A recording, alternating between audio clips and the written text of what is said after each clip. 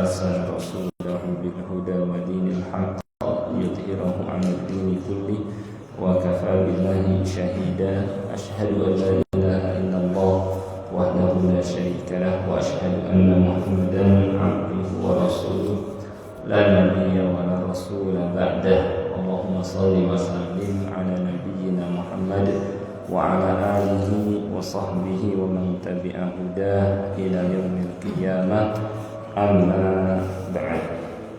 Pertama dari Sabtu pada subuh ya.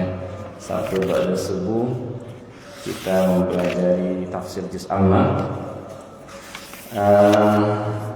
Terakhir kita sampai surah dan ayat berapa?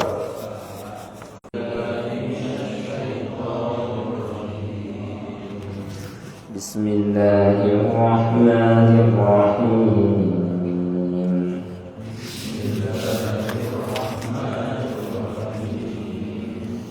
Sabbih isma rabbika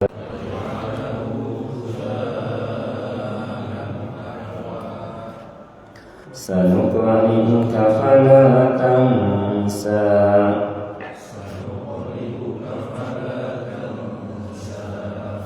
illa ma syaa sayadzakkaru man yakhsha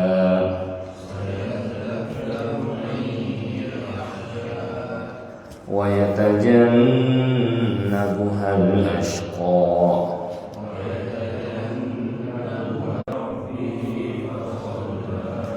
bal tu'thiruna al-hayata ad-dunya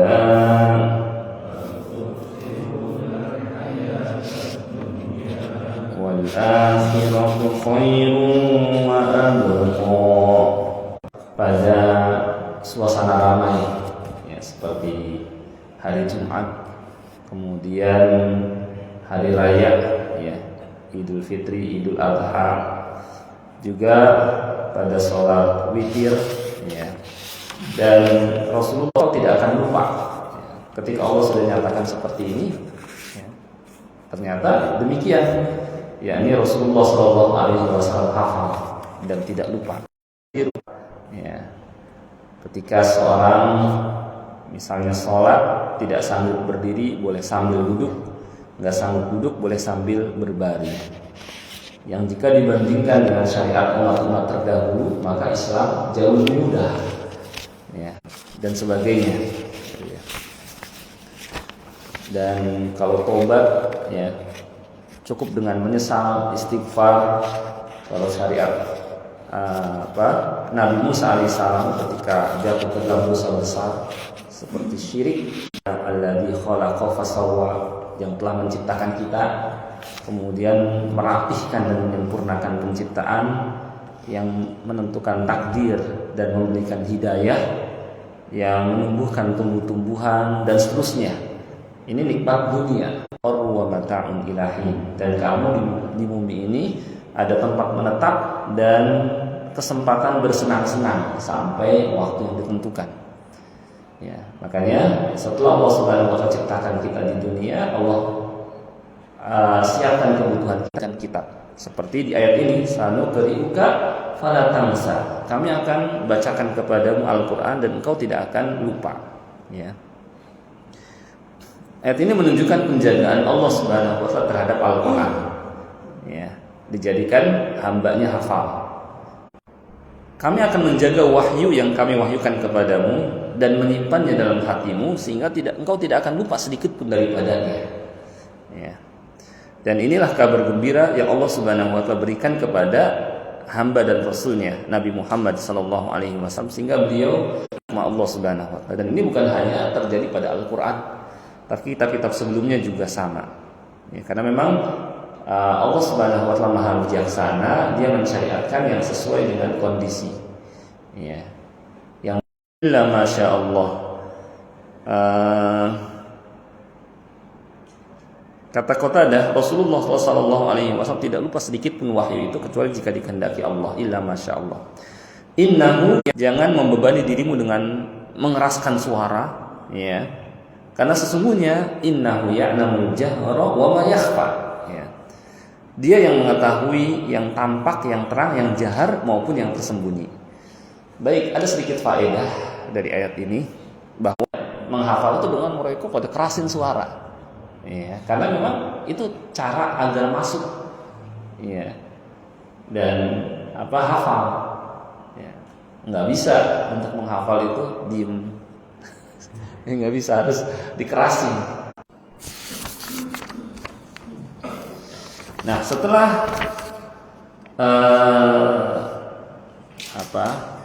beliau menerima wahyu, ada perintah dan tugas kepada beliau, yaitu fadzakir inna fa'al. Tapi dia mengharamkan sendiri. Allah halalkan mengkonsumsi daging, dia nggak mau mengkonsumsi daging.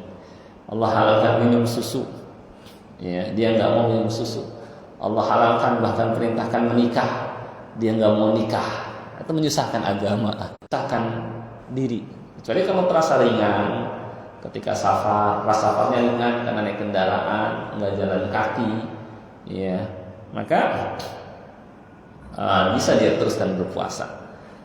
Kemudian termasuk dirinya, ya, berusaha menyempurnakan dirinya, tapi tetap tidak mewajibkan yang sunnah, tidak mengharamkan yang halal, tidak menolak rukhsah, keringanan dari Allah Subhanahu wa taala, maka itu tidak termasuk menyusahkan diri. Dan Al-Quran 30 juz ke tengah-tengah umat, itu menunjukkan waktu beliau sangat berkah sekali, ya. Sahabat pada hafal, ya. Kemudian juga inna fa'ati dzikra, jika memang bermanfaat baginya peringatan itu. Nanti akan ada rincian. Bisa juga diartikan karena peringatan itu bermanfaat, ya. Kalau diartikan karena, jika diperkirakan peringatan itu bermanfaat, maka wajib memberikan peringatan. Tetapi jika diperkirakan peringatan itu tidak bermanfaat, maka ia diberikan pilihan.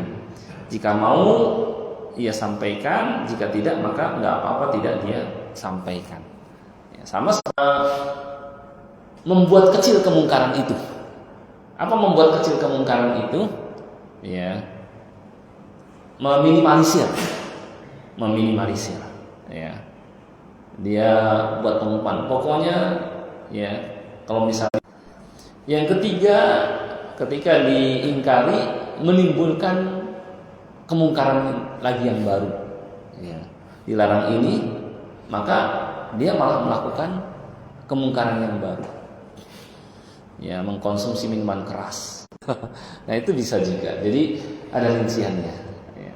Apakah kemungkaran itu hilang? Disyariatkan. Apakah meminimalisir kemungkaran? Disyariatkan. Apakah menimbulkan kemungkaran yang sama? Itu mahilul ijtihad, tempat ijtihad, sampaikan, ya. Materi berat apa? Ya, mungkin di antara pelajaran-pelajaran ada materi terlalu tinggi. Nah, ini jangan. Maka untuk masyarakat cocoknya apa? Muyasar, yang mudah-mudah, gitu, ya. Mereka nggak siap dibawa ke dalam-dalam banget, gitu. Musnahkan, ya. Nah, itu. Jadi perlu memperhatikan kondisi orang yang disampaikan, audien, gitu, ya, diperhatikan. Kata Syekh Ibnu Utsaimin, akan tetapi bagaimanapun juga, di sini ada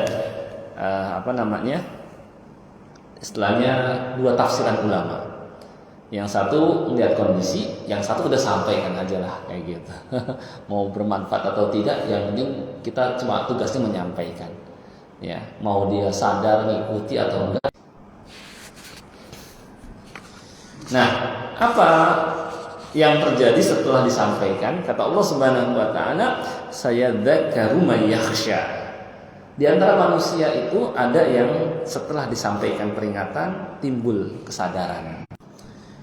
Golongan yang kedua, wa yatajannabuhal ashqa, ya. Ya. Sedangkan orang yang celaka akan menjauhinya. Menunjukkan apa? Orang yang dinasihatin itu keadaannya antara dua, menerima atau menolak. Orang yang takut kepada Allah, yaitu neraka, apinya besar, ya. Karena meliputi dirinya dari atas, ya, depan, belakang, kanan, kiri, bawah, itu mengepung besar, ya. Yang mana keadaan api neraka itu inna juz'an min nari jahannam. Api kalian ini di dunia ini itu hanya satu dari 70 bagian neraka, api neraka jahanam. Satu yang kita nyalain di dunia, kompor gas dinyalain, itu aja kita taruh seluas aja jari terasa panas.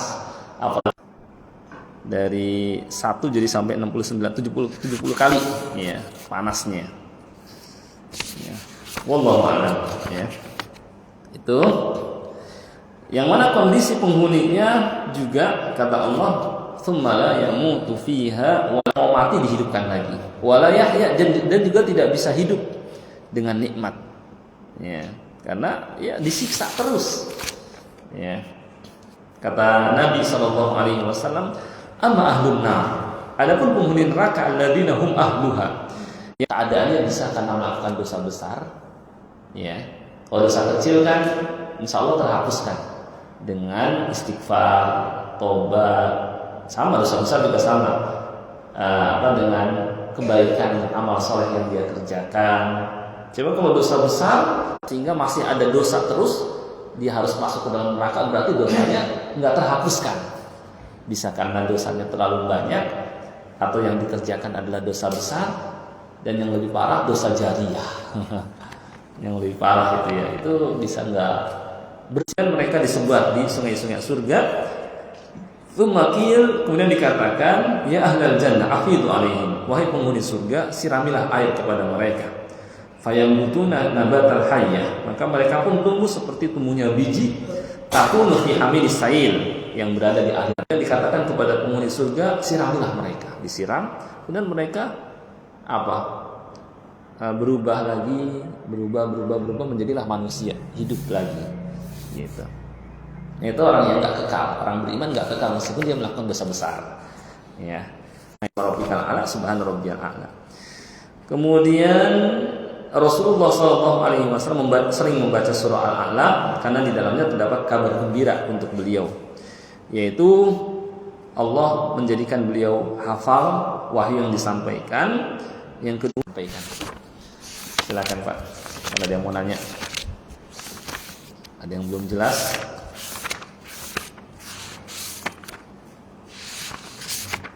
Jelas insya Allah ya,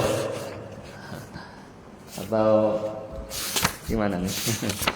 Karena kalau saya sampaikan dengan surah Al-A'la dengan surah Al-Ghasyiyah, memang betul hadis riwayat Muslim, hadis Nu'man bin Bashir.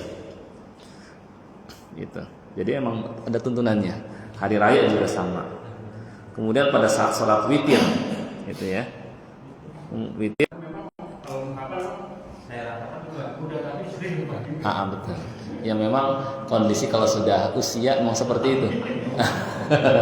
Kalau mau kuat itu memang masih muda, masih kanak-kanak itu kan sampai diibaratkan seperti mengukir dalam keadaan sudah sudah istilahnya usia gitu ya, tapi mereka bisa hafal Quran. Ya, para sahabat kayak Abu Bakar saja kan, itu kan usianya nggak jauh dengan Nabi SAW, beda 2 tahun lah. Ya, jadi kalau Nabi SAW diutus, ya, sama seperti ilmu qayyidul ilma bil kitabah, ikatlah ilmu dengan tulisan, maka mengikat ilmu juga dengan murojaah, ya, dengan kita sering murojaah ngulang-ngulang terus gitu. Karena pokoknya buat nyaman, berikan pelayanan, maka tamu itu akan senang di rumah kita, ya. Tapi kalau nggak ngejamu, nggak ngajak ngobrol, nggak berikan pelayanan, kayaknya baru sebentar mau pergi lagi. Seperti itulah Al-Quran, tertancap dan lebih meluruskan bacaan, gitu. Itu kalau orang baca di dalam sholat itu paling buat ingat gitu. Kenapa? Karena suasana hening dan baru bangun juga, gitu. Enggak seperti ketika kita sudah. Itu aja. Pernahkah Nabi SAW membaca ayat Al-Quran di waktu maghrib panjang? Baik, ya. Kalau melihat pada umumnya ya, Rasulullah SAW kalau untuk maghrib itu enggak adalah itu, jangan panjang-panjang terutama di waktu maghrib. Ya, beda kalau subuh, Ya. Kemudian isya pun sebenarnya istilahnya nggak juga panjang-panjang banget. Yang penting Nabi SAW menyatakan kalau kita mengimami fali khafif. Karena haji yang Indonesia ini belum masuk kategori riba dan haram. Nah, ini dapatnya gimana Ustaz? Berat. Dia langsung menanyakan ke Syekh yang di Saudi karena beliau haji di Indonesia ini. Nah, jadi kan bang menggunakan data kita masuk uang BP-nya jemaah gitu kan. Dana jemaah kondisi haji Indonesia ini masa tunggunya dan sistemnya beliau sarankan udah nggak perlu haji, udah batal hajinya itu kewajiban haji dan tidak ke umroh saja. Nah ini gimana menurut Bapak? Ya, waduh, masya Allah, berat ya. Jadi intinya seperti ini. Memang kan karena kalau kita itu ada belas. jadi manistator, siapa yang punya kesanggupan, ya kesanggupan buat ya berangkat dan pulangnya, ya dan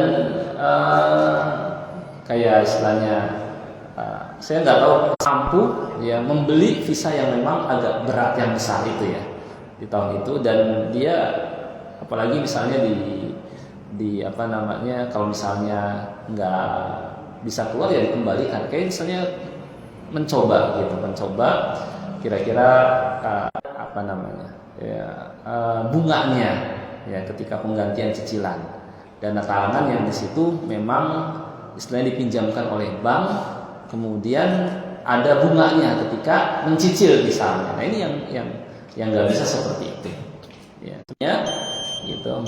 Agak sulit untuk memperoleh visa furodan dan mujamalah, istilahnya tetap berlaku. Kan kondisi orang beda-beda. Ada yang mampu, ada yang nggak mampu. Ada yang ringan karena dia mungkin uangnya banyak. 1 miliar pun ringan karena uangnya banyak. Maka dalam hal ini jelas, apalagi dia bisa istilahnya untuk membeli visa yang mahal pun, furoda pun dia bisa, ya mampu, berarti dia wajib